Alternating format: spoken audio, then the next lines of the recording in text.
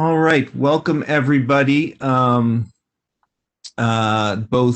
those in attendance in our WebEx room here and those watching live on Facebook Live. We have a very important event today. I think that one of the things that is particularly interesting about what is happening to the Uyghur people and other indigenous people of the Xinjiang Uyghur Autonomous Region in China is what it's done to those of us who are studying the Uyghur people in this region. Things I found is that, often there's silos between academia, the media, human rights organizations. But since 2017, there's been kind of unprecedented coordination and communication between people in those different areas. And I think that's what happens when the people that you study face an urgent crisis. And so today, I think, is one example of that kind of communication. Radio Free Asia has it has a Uyghur service that has been covering issues related to Uyghurs for many years now. It's been at the forefront of reporting on the crisis, and like most media organizations, it tries to do audience research. And over the last few years, Radio Free Asia has found that it's almost impossible. I would say it is impossible to really do audience research inside the Uyghur region. But it has tried to experiment with some creative techniques of working with recent refugees from the Uyghur region and trying to find out from them what degree of penetration their programming and news has in the Uyghur region, and what the opinions of people there are about their content. So in doing that, they also found that the information that they uncovered was also very important to the larger community of researchers looking at the present crisis. And so today we're gonna have a presentation from Radio Free Asia of some qualitative research they recently did with detainees and those who've been imprisoned over the last several years. And we're gonna have some commentary from myself, from the academic side, from Maya Wang from Human Rights Watch, from the Human Rights Organization side, and from Alim Saitov, who is the director of Radio Free Asia's Uyghur program from the media side. So I'm just going to quickly introduce all the panelists and give a little background information about them, and then I'm going to let Radio Free Asia representatives begin their presentation. So first, we have Betsy Henderson, and she's Radio Free Asia's Chief Strategy Officer. Henderson was RFA's founding director of audience research, establishing RFA's capacity to monitor its impact and gather audience feedback in Asia's most repressive states. In addition to conducting representative surveys and qualitative studies, Ms. Henderson developed unprecedented research programs for North Korea and China's Tibetan and Uyghur regions. And she's a former Associated Press reporter who lived and worked in southern China and in Taiwan, and she speaks Mandarin fluently. Next, we have Alim Saitov, who is the director of Radio Free Asia's Uyghur service. During his tenure, which began in early 2017, a Uyghur service broke the story of the mass arbitrary detentions of Uyghurs in the Xinjiang Uyghur Autonomous Region and has remained at the forefront of covering this human rights crisis since.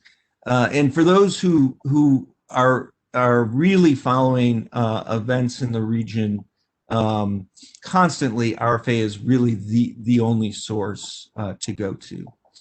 Prior to RFA, Alim served as the executive director for the Uyghur Human Rights Project, which has also been doing very important research in recent years.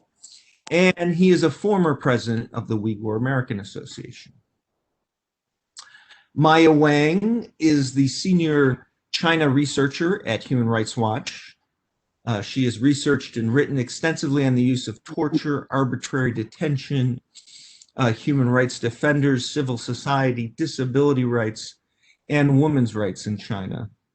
And she's also an expert on human rights in Hong Kong and Xinjiang, which has kept her particularly busy over the last several years. In recent years, her research on China's use of technology for mass surveillance, including the use of biometrics, artificial intelligence, and big data, has helped galvanize international attention on these developments in China and globally. And finally, myself, my name is Sean Roberts. I'm director of the International Development Studies program at the George Washington University's Elliott School of International Affairs. I've also been studying Uyghurs both in China and elsewhere for over 25 years. And I'm the author of a recent book called The War on the Uyghurs, China's Internal Campaign Against a Muslim Minority, from Princeton University Press. So without further ado, we'll start the presentation. In the meantime, I want to tell everyone that if you would like to start posting questions, you can see the Q&A tab on the sidebar. You can put in questions at any point during our program, and we'll reserve the end of the program for Q&A. So we'll have a presentation by RFA, some commentary by myself, Ms. Wang, and Mr. Saitov, and then we'll open the floor to questions and answers. So Betsy, I'll hand the floor over to you. Okay, thank you so much, Sean, for that very, very nice introduction. And thank you, of course, to GW's Central Asian program for co-hosting this event. And I also am really excited to have it be at an event that pulls together expertise from different sectors. I think you're absolutely right. This crisis is one that really has brought us all together, and a lot of good has come of that. I also want to thank USAGM's U.S. Agency for Global Media for funding these studies and helping us build our Uyghur research capacity. So our new report, Experiences of Uyghur Detention in Post-2015 Xinjiang, will be available on our website after this event. I think it's actually there now. But out of, I'm going to start sharing the screen. Hold on one second. Good. Okay, the project grew out of findings from a survey we conducted among Uyghur refugees and travelers in Turkey. And I wanted to take a minute to talk just a little bit about that project first, because it was critical to building our research capacity. This is just background to today's report. We did a survey of 300 recently arrived Uyghurs, and we conducted it in Turkey, and were able to reach respondents from every district in the Uyghur region. We had a good spread of rural and urban, and we had a pretty decent break between male and female respondents. I bring this up because this was a very elite group. The type of people who are able to go abroad tend to be more educated. It was disproportionately businessmen and students, and most importantly, it was made up of 93% of people who had PRC passports. And this is significant because we know that these respondents at a certain point were really trusted by the regime, trusted enough to be allowed to go abroad and study. Nevertheless, when the results came in from this 2018 study, we saw that actually the personal experience of this group was very much colored by intrusive state control. And we asked them, in your homeland, did you personally experience any of the following? And we discovered that this group that had mostly left around 2016, almost all of them had been stopped at a random checkpoint. They had to provide biodata. I thought it was quite striking that 2/3 of them, 61%, 62%, had their homes searched. Some of them had been forced to marry or divorce because of political reasons. And if you look down at the red bars down below, roughly 1/3 of this group had some experience with detention. We had a sort of open-ended, we knew that talking to 300 Uyghurs, recently arrived Uyghurs, was an extraordinary opportunity. So we had a fairly open-ended conversation with the respondents after the survey was complete. And in these open-ended conversations, at the end of our questionnaire, we learned a lot about the details of their experiences. And it was very clear that there were opportunities to learn much, much more than simple survey questions, which is how we launched this project, which was aimed at learning more about the detention experience inside Xinjiang. We had built on connections and access from this previous study and our previous work, and we had an interviewer who had the ability to recruit people to speak and also gain their trust. And we thought it was an extraordinary opportunity to learn about pre-detention life, the arrests, and those experiences, as well as the conditions, medical interventions, interrogations, and daily life in detention, and then experiences afterwards. Now, it's important that you had a trusted and empathetic interviewer. We set up a non-traditional interview approach, which was providing guidelines about what we wanted to cover, but we realized that these were people who had experienced some very traumatic things, and we did not want to re-traumatize them through an extensive interview, a very rigid interview. The interviewer allowed these stories to unfold rather organically and allowed people to frame their stories in a way that they saw them, which was a very long process. The interviews lasted between 5 and 11 hours, and some of them spanned over more than a day.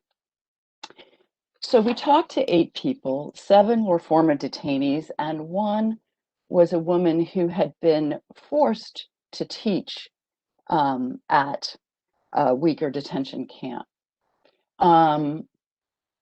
You see that we have folks from 6 different locations.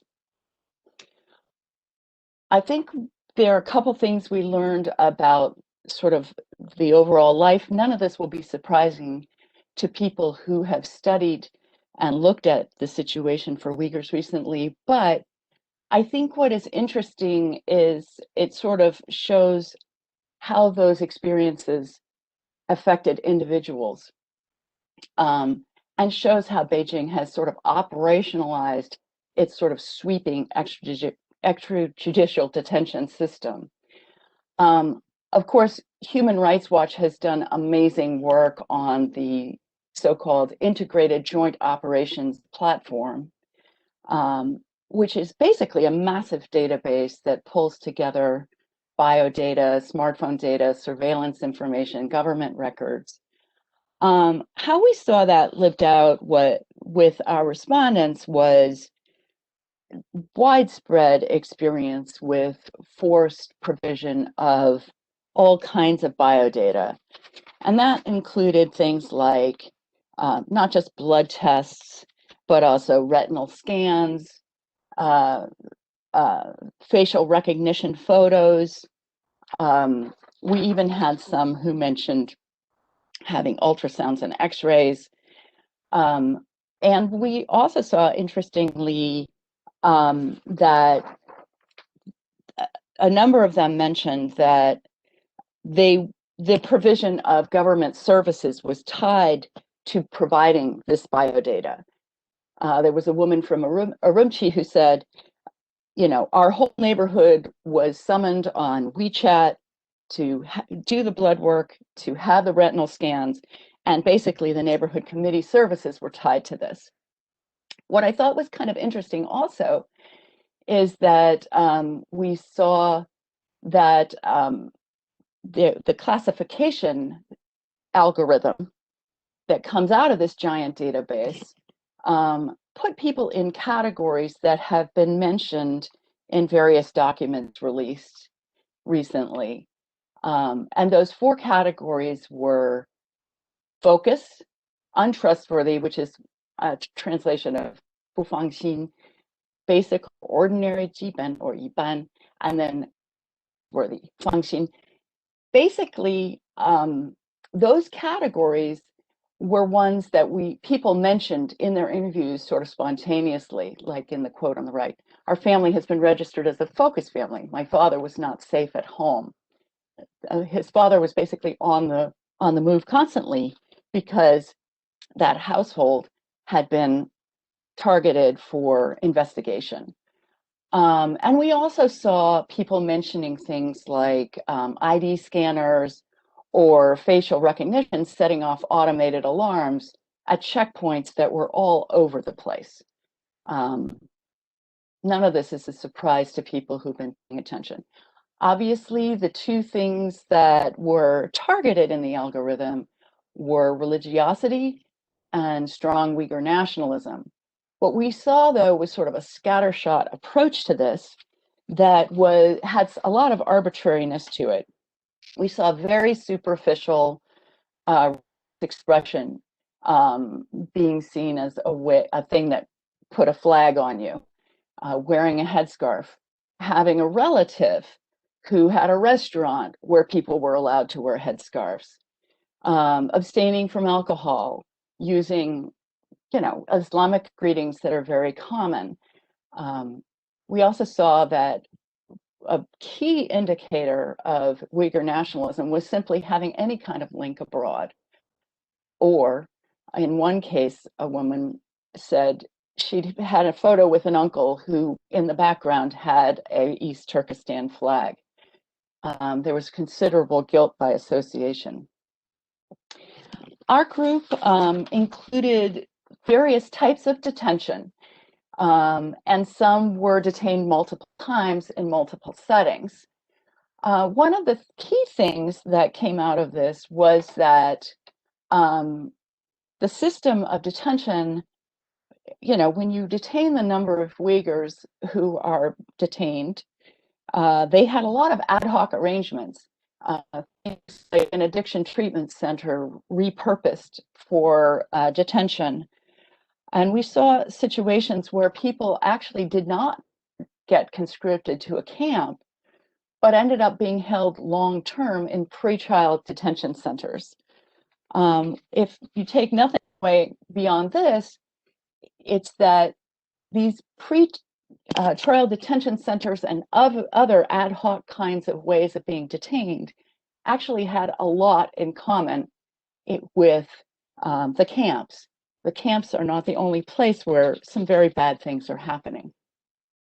We see that it didn't really matter if you were in a camp or a type of setting. You saw 4 things that were shared in all of these settings. 1, people never knew when they were going to get released. The terms were indefinite. It was outside the judicial system. The conditions were extraordinarily harsh. There were aggressive efforts to eradicate Uyghur culture, and there was extreme violence. All four of those things happened in both types of settings. So we'll just tell a little bit about each of those things, what we learned about them quickly. I think some of this, if you've been paying attention, you know some of this stuff, but I wanted to add some of the things that we got from our interviews. There were highly crowded, unhygienic situations, poor quality food, sleep deprivation, and withholding water. Withholding water actually was one thing that came up a lot. And people talked about people getting urinary tract infections and other illnesses related to that. Hydration. We saw widespread use of shackles, and a number of our interviewees complained of wounds from the heavy abrasive shackles. And that both those things, the withholding of water and the shackling, were particularly serious because although folks had a battery of biodata collected when they were brought to their detention, this was about all of the medicine that they got. And this was non-trivial because, these wounds festered and got infected. They were very painful. And we also actually had people who mentioned seeing prisoners die of urinary tract infections. Also quite common, especially among the females, was discussion of medical interventions. There were daily blood tests, but there were also unspecified injections and pills.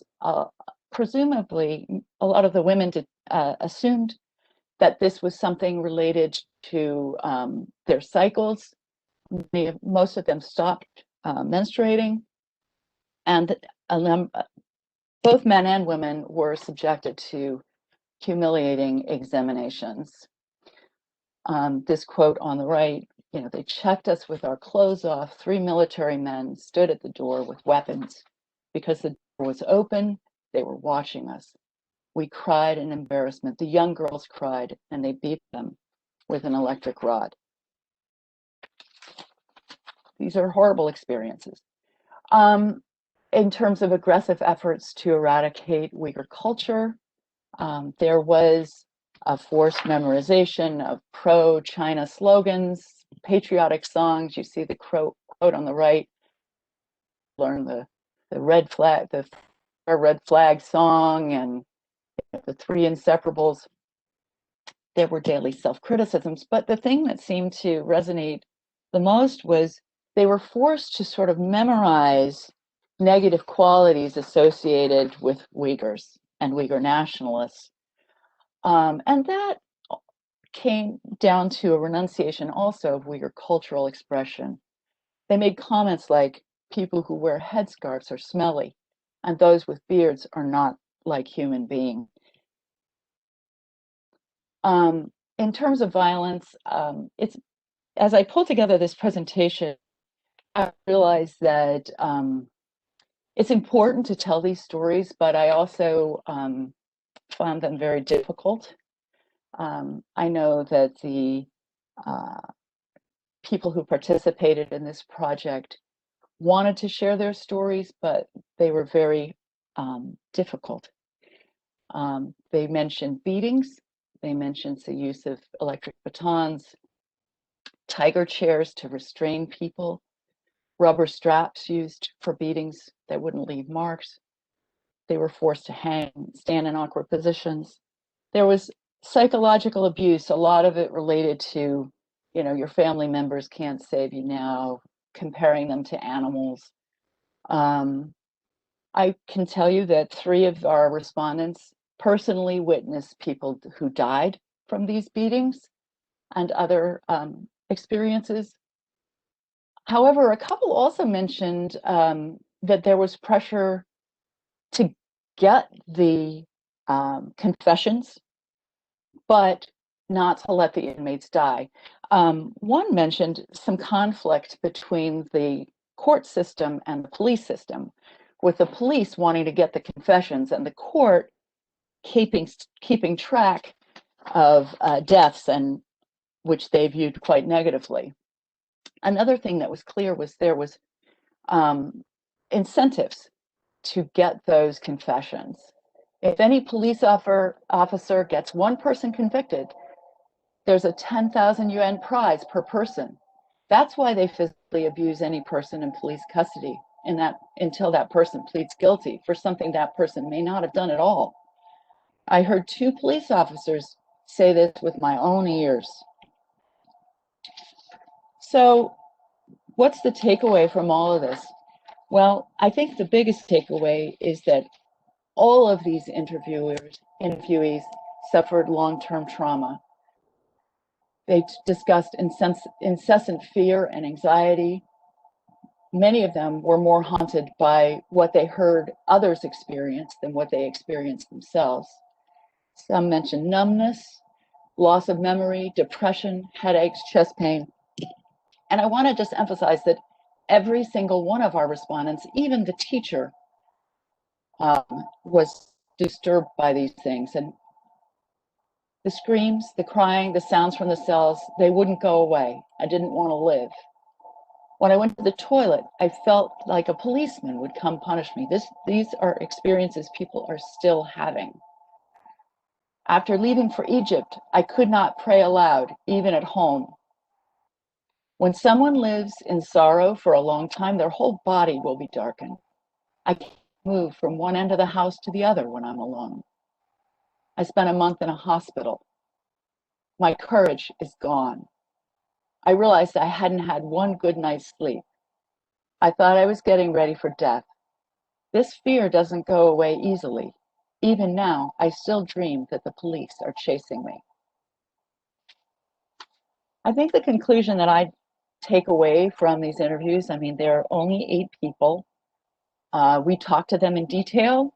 They're not representative, but it's clear to me that I would describe it as intimacy of detention cruelty gives these detainees a kind of unique insight into Chinese repression in Xinjiang, and also the human beings who are sustaining it. They know about the incentives that people have. They know the people who they've been in these camps and detention facilities with. Another thing is that considerable suffering is taking place in non-detention settings.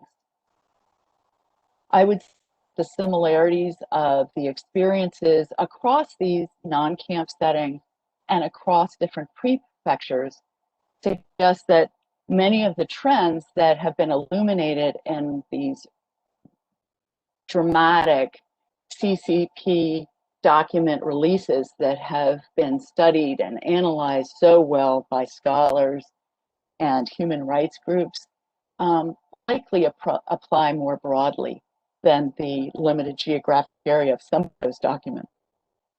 Finally, I would say that the deep trauma that we saw in these interviewees is very likely to have been experienced throughout Uyghur society.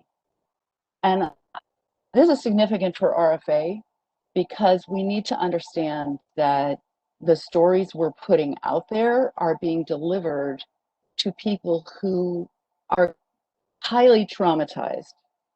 And this PTSD is likely to last beyond this generation. I'm just going to leave the presentation now with one final quote from a woman in her 50s, which helps me feel good about this project. During the days when I was in the camp, I told myself, I will tell all of this to the world. I will not keep this to myself. I also promised the girls in the camp. I have kept my promise. Thank you.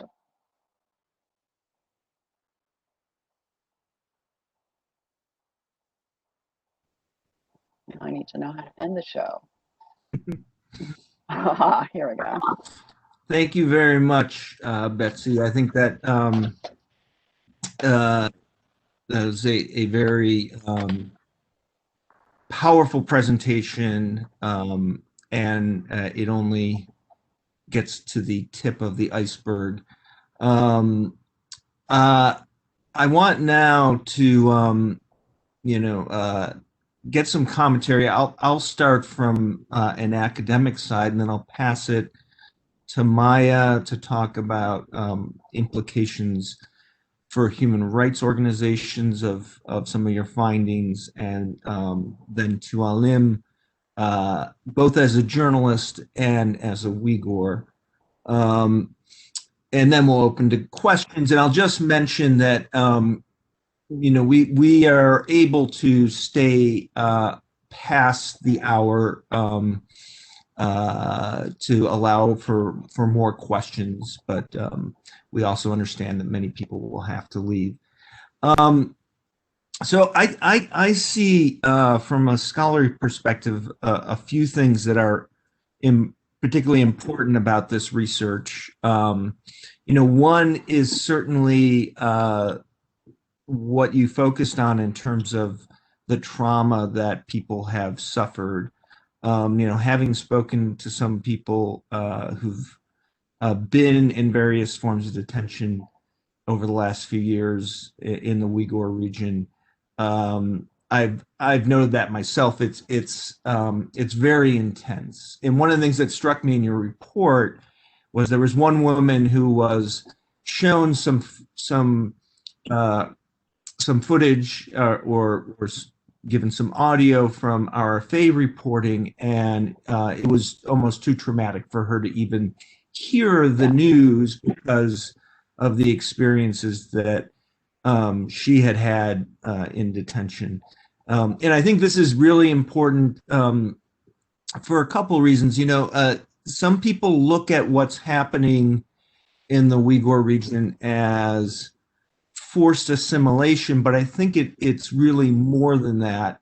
It's an attempt to break the spirit of the indigenous people of the region, Uyghurs and others, in such a way that their group solidarity no longer is a factor for the Chinese state. And I in my own work, I've kind of talked about this as being akin to the kind of cultural genocide that indigenous people have suffered in other parts of the world, over the last couple centuries. Native Americans, Aboriginals in Australasia, and so on. Another aspect that you bring out that has also been something that's been well documented by the Shahid Biz project in Kazakhstan is the multiple forms of detention, incarceration, internment in the region. And this is something I've been very focused on. I think a lot of journalistic accounts will focus on the mass internment camps because they obviously have such an amount of shock value. But really, one of the problems in determining, the numbers of people who've been subjected to some sort of incarceration or internment or detention is that there are so many multiple forms of it. And one of the things I've noted is that for a lot of the intellectuals, they were sent directly to prison. And throughout the region, other people would experience various forms of detention, internment over time. And I think that's an important point that is going to continue to be important, particularly if the Chinese government tries to kind of decommission its larger internment camps in some ways. That that does not mean that there's not multiple other forms of internment, detention, incarceration. And then the last point I want to make, which I think is really important, is for a lot of people who have been watching what's happening in the Uyghur region, there's a sense that it happens suddenly. But in fact, your data, going back to the quantitative study and then your qualitative research, you note the qualitative research is post 2015. Most people see the building of the internment centers in 2017, or at least the first put into use in early 2017 is the beginning of this. But really, this has been going on for quite some time. And one of the things in my own research I found is that post 2009, after the Urumqi riots in the South, people were already very much subjected to a lot of the things that we're still seeing now. And then 2014, when the government starts its People's War on Terror, we really start to see the beginning of the end, I guess I would put it. You see the building of the integrated joint operations program. You see the beginning of beta testing various forms of re-education, and so I think it's important to point this out because some people think of Chen Quanguo, who comes into power in the region at that later period, as being the architect of all of this, but really its origins go back much further. And I think that the research that RFA has done is going to be very helpful in highlighting that, and also just as more and more documentation of what the Chinese state is doing to people in the Uyghur region. So thank you very much. And with that, I'll pass the floor to Ma Wang from Human Rights Watch. Thank you, Sean. So I'm very pleased to join you today via audio. And also I want to say how much I appreciate RFA's work in the last few years. In addition to just releasing a lot of information in a very difficult environment, RFA journalists and researchers pay a very personal cost to documenting the crisis there. So many family members are detained and imprisoned or disappeared because of your work, because the fact that you're related to them. So I think that's an important point. I think the research that you have presented, Betsy, today is very consistent to what Human Rights Watch and journalists have documented from the region. The punishment is arbitrary, collective, and is perceived as a form of injustice. People don't know why they're punished. They don't even know half of the information we outside know. There's no reason for them being punished. In other words, that the crackdown there is very invasive, involving the collection of biometrics, but also in a very all-encompassing manner. So a few days ago, Intercept also published this really striking article that is based on, I think, 52 gigabytes of leaked documents from the region that just shows how all-encompassing and exhaustive the surveillance and detention and subjugation of the people in Xinjiang. And I wanted to comment a little bit on just how invasive that feels for people there. Is that I think historically you have plenty of regimes that commits genocide and subjugation of people, of minorities everywhere in history. I do think that these concepts don't quite apply to what's happening in Xinjiang. What's happening in Xinjiang is a new, and I'm not kind of minimizing what people have gone through historically over time in many countries. But what is happening in Xinjiang is the use of technology has enabled the state to impose a very intrusive and minute control over body and soul in a way that's not so easily captured by existing legal definitions such as genocide or crimes against humanity. So we are experiencing somewhat of a different version of such subjugation.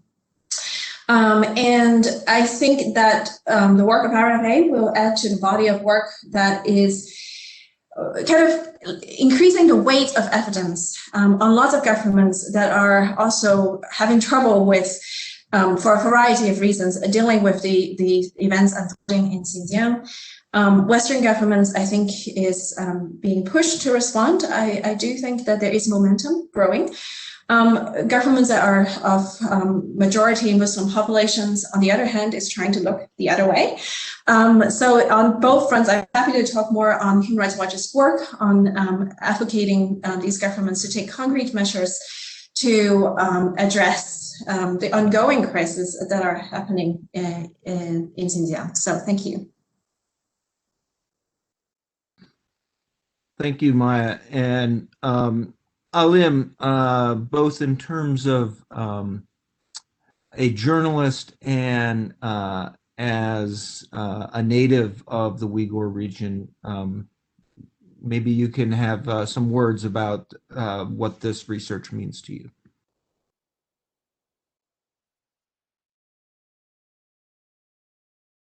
Thank you, Sean, and thank you very much, Betsy, for your excellent research of your team.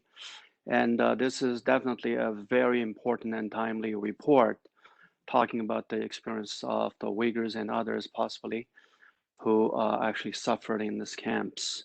And as Sean, you earlier introduced that I became the director of Uyghur service in early 2017. And as soon as I became the director, and then we started reporting on sudden shifts in the region, especially the establishment of police stations every 500 meters, like 500 yards, in all over in the Uyghur region. Then we see the sudden disappearance and detention of the Uyghurs. We were very startled because that was unlike anything that happened in the decades before. Of course, Uyghurs were subject to very brutal treatment by the Chinese government before then, and a lot of Uyghurs detained for different kinds of reasons. But after 2017, that was in mass detentions. And we were able to report that in Kashgar alone, prefecture, more than 120,000 Uyghurs were detained. Then in just one county in Hotan, in Karkash, 40% of adult, mostly male, Uyghur adults were detained. And we began to report more and more. It's similar things happening in all over the region, 20% here, 30% there, in some places even up to 50%. Then it was very difficult to understand what was happening until we were able to interview some of the survivors of the camps, as illustrated by Betsy team's excellent report. And when we interviewed them, of course, they gave us their own horrific experience in China's internment camp. And as Maya Wang explained, these people did not understand why they were detained, because they were not criminals, they didn't commit any crimes. And in one case, for example, Mekugul Tursun, who is in the US here now, she was in Egypt with her husband studying at the university, and she had triplets. So she couldn't take care of 3 babies with her husband studying at the university. So she had to return, hoping that her parents would help her take care of the 3 children. But as soon as she landed at the airport, the Chinese government detained her, separated her from her 3 children. Then in a matter of several months, one of her child died. Then at the end of the day, the only reason she was able to get out of China with her 2 babies was because she was a citizen of Egypt. That was the only reason. She had a foreign connection. Plus, the Egyptian embassy may have involved in this case. And with the other survivors we interviewed, for example, one of the first one was Ömerbek Ali. He was a Kazakh from the Uyghur region, but he's a citizen of also Kazakhstan. And when he returned from Kazakhstan just to see his parents, he was detained by the Chinese authorities as a terrorist and locked up for almost a year. He was beaten up. He suffered so much. At the end of the day, because he had a foreign connection and the Kazakhstan government got involved, he was released. And we also interviewed him. He told us his horrific suffering at the hands of the Chinese government.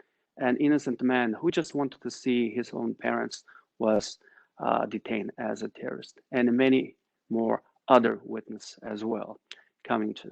So we did the early work of interviewing different witnesses and all that. At the end of the day, with the great reports such as Betsy's team did, and also Maya Wang's team did, like the Integrated Joint Operations Platform report, and later the OXO list and many more reports, that all of these, in addition to the revelations by the New York Times, the major documents, and also the Karakash list, and Dr. Adrian Zhang's report, for example, on the mass sterilization of the Uyghur women and abortion of the Uyghur children, and all of this put together give you the whole picture of what the Chinese government is really doing to the Uyghur and other indigenous population of this region. And it was, I would say, as a Uyghur and as a journalist, it was never easy from the start. The reason I say that was RFA Uyghur is the only Uyghur service in the world, in the free world.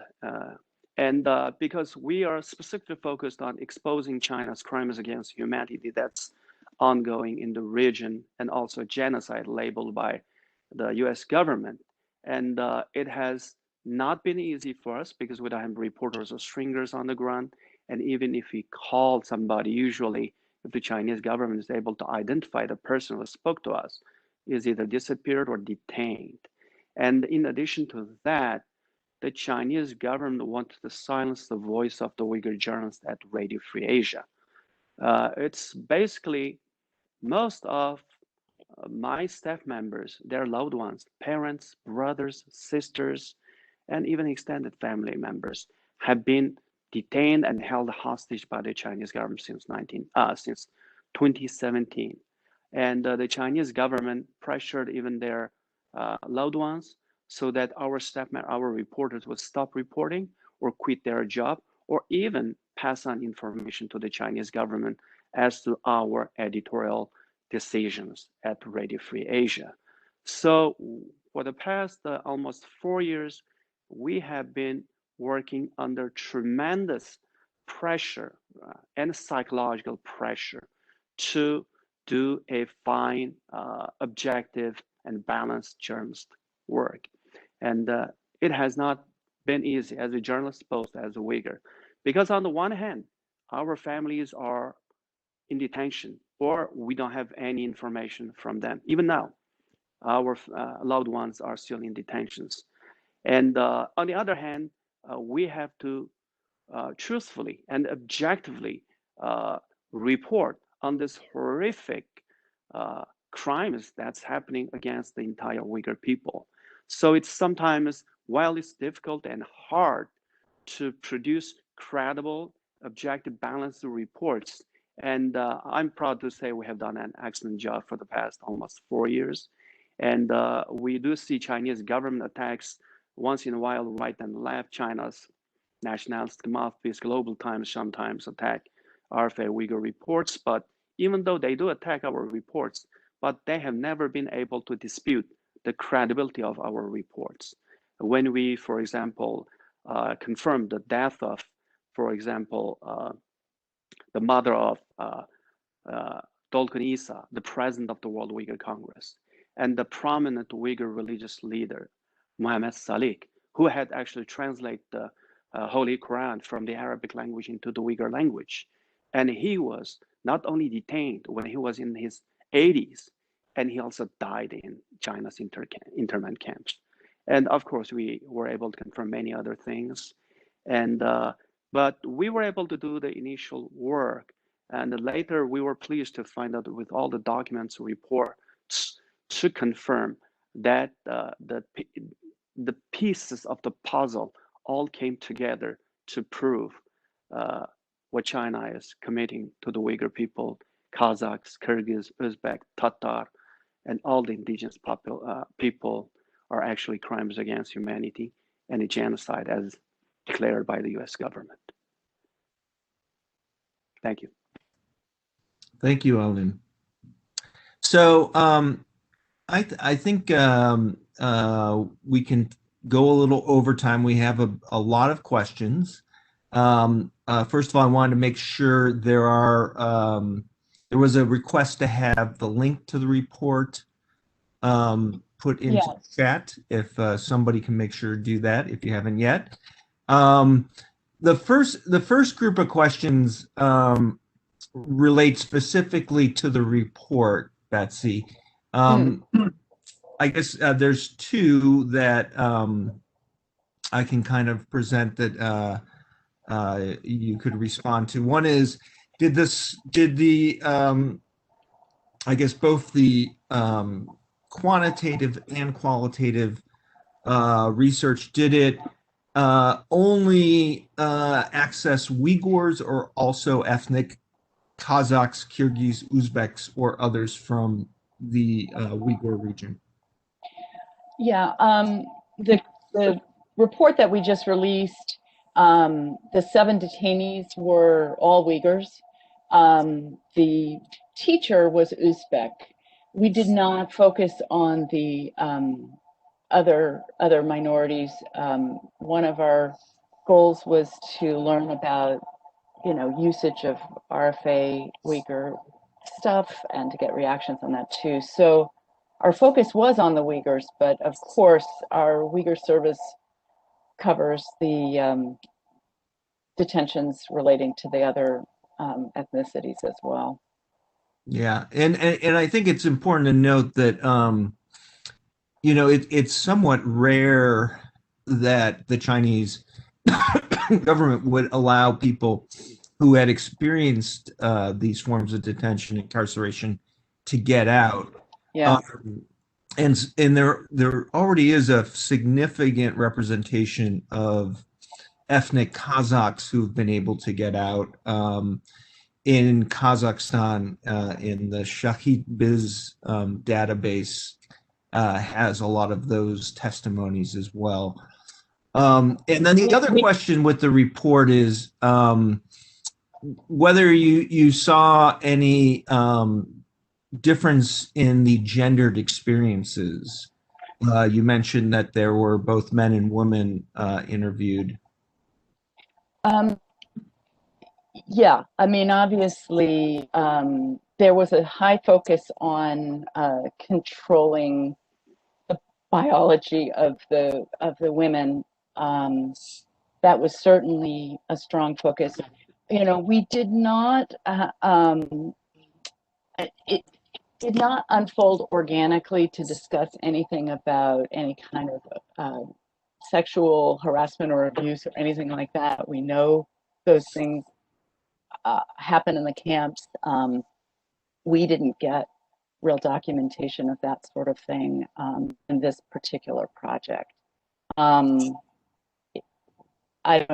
I would say in terms of things like strip searches and whatnot, the men also mentioned that as being very disturbing. So that particular element was not a different approach. I don't know. I'm not sure that the experiences of this small group are representative enough that I could make any broad statements about the gender differences, really. Mm-hmm. One thing I wanted to say, Sean, though, is that a number of our people were able to leave because they had dual citizenship, and so this was something that actually, and my underlined something that I had meant to emphasize in my report, which is most of those people were completely stunned by being arrested and detained, in spite of the fact that they'd seen people disappear and whatnot. They knew this was happening. They, for the most part, their behavior was so innocuous that a lot of the reasons they gave were not provided to them directly, but were speculation on their part, like, well, maybe it was this or maybe it was that. People were stunned by their arrest.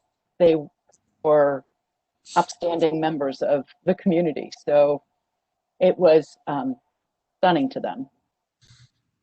Yeah, thank you. Yeah, and another part of that question, the person was mentioning the kind of coerced marriages between Uyghur women and Sure. on men, and And I think that what's important to understand about everything that happens outside the penal institutions is that people have no choice but to comply with state mandates. In fact, one of the things I point out in my research is that the anti-extremification or de-extremification regulations of the Uyghur region say that it is a sign of extremism and essentially criminalized if you turn down a marriage proposal from somebody not of your ethnic group or not of your religion, which is kind of speaking to the coerced nature of that. Sean, I can say that some of the things that you're mentioning came up more in the previous project in those informal conversations after our survey. A lot of what we saw were people who were abroad being forced to get divorced to protect their relatives back inside the Uyghur region. We saw a lot of that. A lot of men being forced to divorce their wives. Thank you. Yeah. I have the next question. Maya, you might be the best position to answer this. To what extent have the Chinese people, if at all, expressed sympathy or support for Uyghurs or their release? Is the government's or the party's narrative at all challenged by Han, even clandestinely? Sean, I'm always presented with the challenge of speaking for 1.3 billion people, but I'll try to kind of give a broad overview. I would say most people in China have no idea what's going on in Xinjiang. There is no reporting because of censorship, and what is happening in Xinjiang is like the category 1 of what you don't report as a Chinese journalist. So definitely not, and nothing on social media. However, you do have kind of words of mouth situation where some Han people who live in Xinjiang tell other Han people elsewhere about how life is difficult. Constant searches, security presence. They notice something is happening to the Uyghurs, and they heard rumors.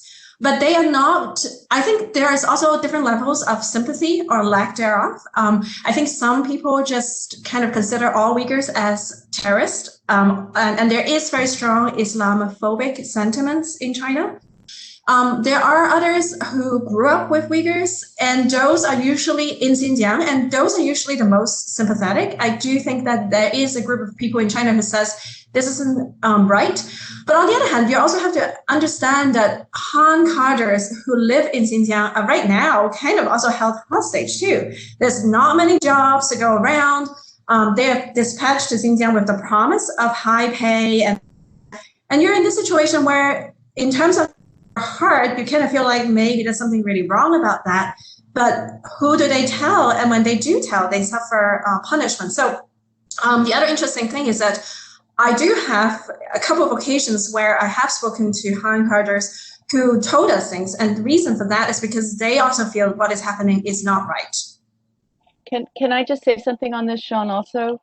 I can say, having done research also for our Mandarin service now does coverage of Uyghur issues and has a program specifically devoted to that.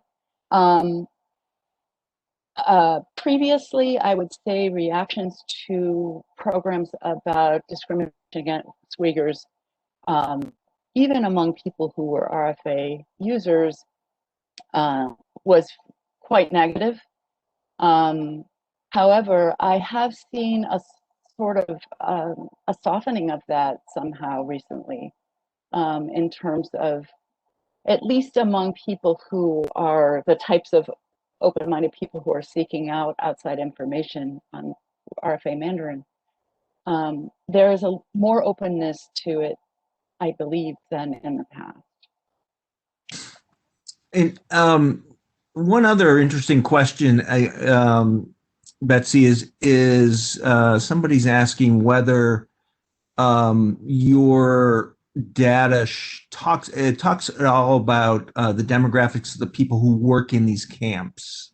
No, but what an interesting topic that is. We did find it was very worthwhile to talk to this teacher to learn a little bit about the fact that, you know, she was absolutely forced to take this job and went home at night and cried. Her husband was haunted by it and ended up being sickened by it. So I think that the experiences of the people who are in there, I think that she was Uzbek. I don't know how to select people to work in the camps and in the detention facilities. It's a really interesting topic, I think.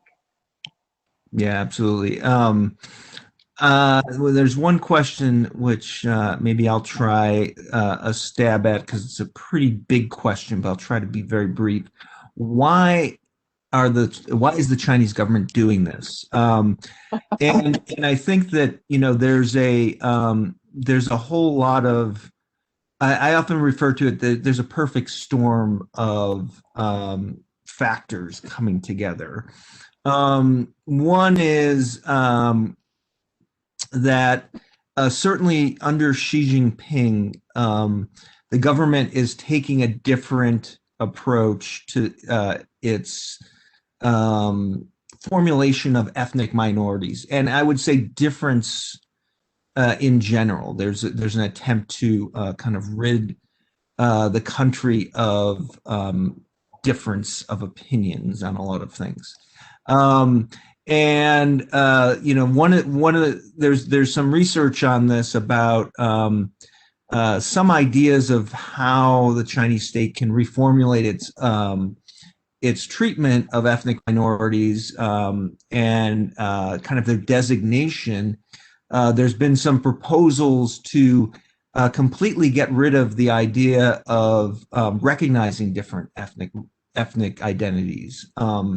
And interestingly enough, so some of the proponents of this point to the United States as an example.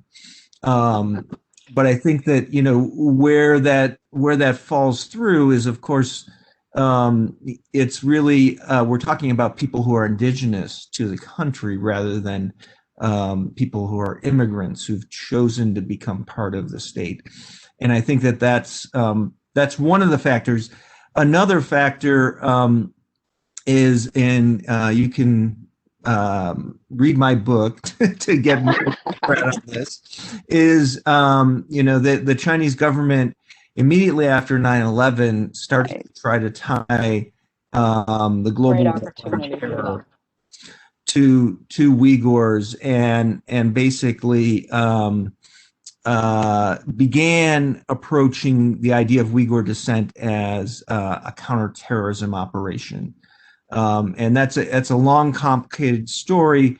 But what I found in my research was that, you know, there was not really any terrorist threat when this began in 2002 inside the Uyghur region. But, you know, after over a decade of repression, we found more violent resistance happening and a couple of attacks that looked like terrorist attacks, albeit not proven to have any connection to international terrorist organizations. So that was one thing that kind of started increasing crackdown. And as I point out in my book, it's kind of this cycle of repression, resistance, repression that just gets more and more violent. And at some point, the Chinese government decided they were done with that and they wanted to just completely break these people. And then the final point, which I think is important, is, you know, I mentioned that this is related, you know, it's very similar to what indigenous people have experienced under settler colonialism elsewhere. And I think that there's you know, a big part of the Chinese state's strategy with regards to this region is to develop it, make it a critical part of the Belt and Road Initiative. And I think in the eyes of Xi Jinping's party, that is best done by completely pacifying and completely marginalizing the Uyghur people. So the last questions focus on what can be done. There's questions about, what is a proper state response. There's questions also about why the Muslim majority countries in the world have not spoken out about this. Perhaps some of the panelists have some thoughts on those things. If I may, and of course, this is obviously a very big question to answer as well. I'm probably not in a position to answer, but the people we interview, a lot of experts, human rights activists, including Uyghur activists, they say the first thing the US and the West can do is to boycott the 2022 Beijing Winter Olympics. And that should send a strong signal to China that the international community is not going to accept China's genocide of the Uyghurs.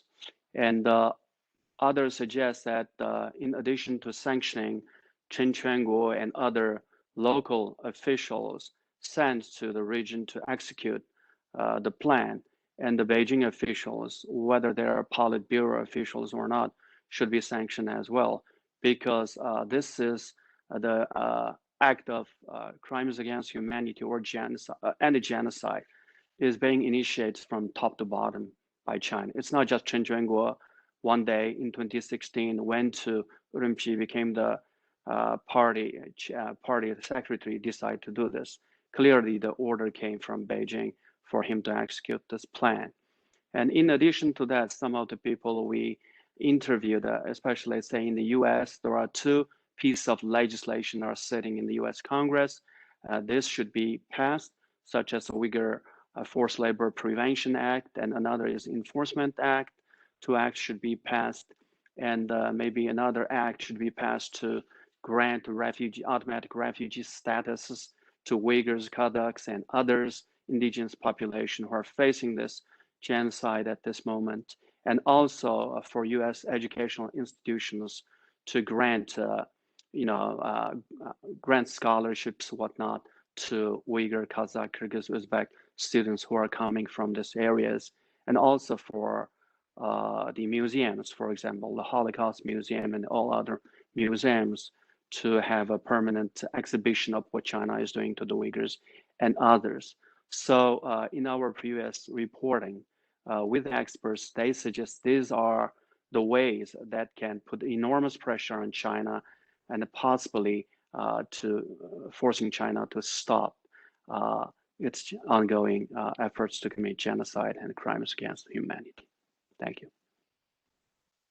And Alim, do you have any response to why you think the Muslim world is not responding more forcefully to this? Muslim majority states are often criticizing Islamophobia, specific attacks on people due to their faith in Islam. Recent example is in France. There was a lot of sharp language coming out of Pakistan, Iran, other countries. What is it about this that is making Muslim majority states silent? Money, and we obviously did a lot of programs on this as well, whether that's Turkish President Erdogan's silence on the Uyghur issue. Just last week, President Erdogan spoke at the Holocaust Memorial event, and he mentioned genocides, of course, the Holocaust, 6 million Jews being murdered by Nazi Germany, and the genocide that's happened to Bosnia as well as to the Rohingya people. He did not say anything about the Uyghurs. So that was very surprising for the Uyghurs, because Uyghurs are Turkic and Muslim. So fits both categories for him to bring it up. And actually yesterday, Foreign Policy had a big story about Pakistani Prime Minister Imran Khan keeping quiet on the Uyghur issue while presenting himself as a champion of Muslim rights in the world. basically showcasing his hypocrisy. And clearly, China, as you stated earlier, because of the Xi Jinping's Belt and Road Initiative, a lot of these countries along the way are Muslim majority countries, whether that's Pakistan, Afghanistan, or Central Asian states, Turkey, and all of this, they want Chinese money, Chinese investment, and so they want to have good terms with China, and they are not in a position to criticize Chinese government's genocide of Uyghurs and others. So they keep their mouth shut.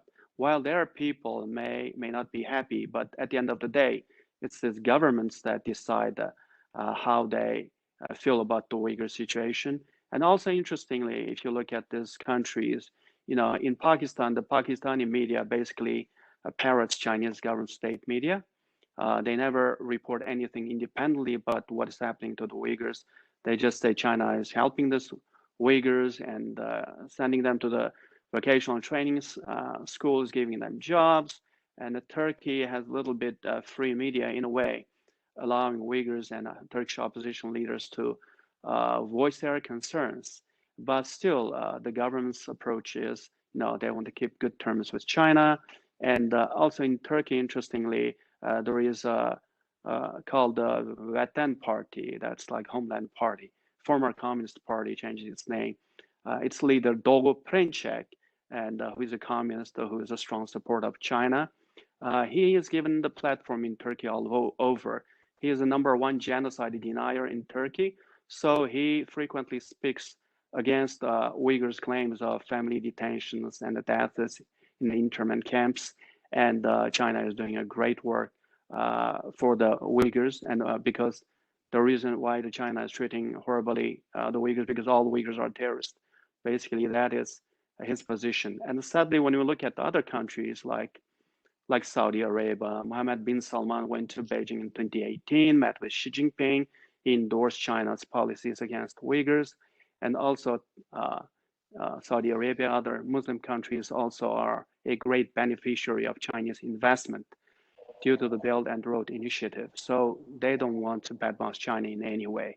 That's why, to the great disappointment of the Uyghurs as Muslims, the Muslim majority countries are not only silent on the Uyghur issue, they support the Chinese government repression of the Uyghurs at the United Nations even every year. That's very tragic and sad. And many experts we interview, they hope the situation will change with them as well. Thank you. Thank you. Yeah, and I'd just like to reiterate the point you make that it is states, and there are a lot of people in these various countries who are concerned about it. And that's particularly true in those Muslim majority countries where there's a higher degree of democracy. So in Turkey, there are certainly people very concerned about this issue. It's a contentious issue. I found that also is the case in Malaysia and Indonesia, countries where people are accessing information about this. They have their own thoughts, and they're not always supported by the states themselves. If I may, I would like to add a point. We actually work on a lot of these countries with the governments, and in the last few years, the amount of frustration we felt. I think in addition to what Aleem said about money, I do think that in these countries, well, I mean, first of all, there's a lot of dictatorships we're talking about as well that are aligned with another dictatorship, but also the fact that the Chinese government is presenting itself as an alternative to an American-led global order, which many of these countries also feel that they have been victimized with its imperialism, and most importantly, if the U.S. with its Guantanamo Bay has detained Muslims. And the war on terror was a tremendous opportunity for the Chinese government and has also increased the Islamophobia among the Chinese. I think cleaning up after, in the US, the transformation I think we hope to be seeing after Trump in kind of that rhetoric would help in isolating Chinese government in its worst behavior. So I think the two countries are tied. However, that is certainly comparing apple to oranges in terms of the abuses. But unfortunately, I think to a lot of governments around the world, the Chinese-led global order and the American-led global order are just two different types of badness or evil that they think, well, the Chinese one is acceptable. So yeah. Yeah, thank you. I think that's very important. I recently published something where I noted one of the things the Biden administration has to do is to seriously reevaluate its counterterrorism policies and to close Guantanamo Bay and to stop extra-legal surveillance, racially profiled of Muslims. I think that those are all important things. And Maya, just one last point. If somebody was asking about what human rights organizations can do to really highlight this issue and hopefully to change Beijing's behavior. I think, well, thanks for this question. I think there are a number of ways. I mean, obviously, when it comes to China, sometimes the change we're talking about is somewhat glacial over decades rather than quick fixes. So don't be disappointed if it doesn't happen tomorrow. So at the more basic level, I think we're advocating for a standing mandate on China at the UN Human Rights Council. That might not seem like very much, but the fact is that we have China being such an abusive actor internationally, but does not face an equivalent standing mandate at the UN level is quite an astounding fact, and it testifies to the Chinese government's global power. So if we are able to push for that, by working with like-minded governments, I think we will kind of push along the needle for accountability. Something a little bit more dramatic would be to impose greater sanctions on surveillance companies that are involved, surveilling people not only but across China. I think we are at this point that export controls are being imposed on some of these companies are inadequate because they can get around by working other ways and obtaining their components, but Magnitsky type sanctions that target the financial transactions of these companies are needed, because what we are seeing is that if these companies are able to help the Chinese government to surveil Chinese people, in 10 years' time, people in China would be unable to resist any kind of oppression that is from them. And we are already seeing that trend. And then, finally, I think something that's very doable is for these governments to protect the diaspora.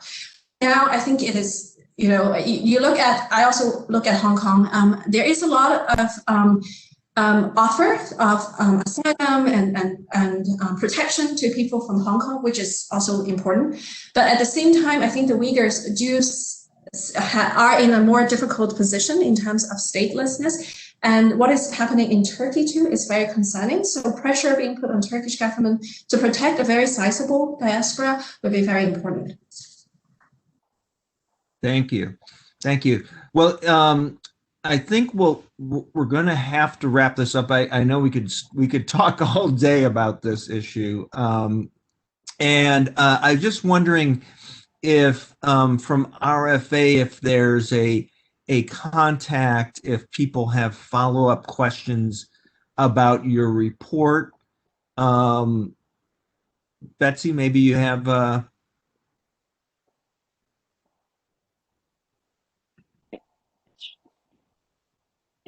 I mean, I can pass them on to circulation program and maybe can get distributed to folks. I'm happy to, receive emails to me, but I may want to set up a different email for this. All right, great. Well, thank you everybody for staying some extra time so we could really do justice to this report and the topic. And if you're just becoming interested in this issue, I can guarantee you there are lots of events taking place around the world, but all virtually now, so it's much more easier to plug in. So thank you for attending on behalf of the Central Asia Program and George Washington University, and thank you for partnering with us, Radio Free Asia. And thank you, Maya and Human Rights Watch, for all the work you've been doing on this. And we hope that you'll continue to follow this issue. Thank you. Thank you. Thank you. Thank you.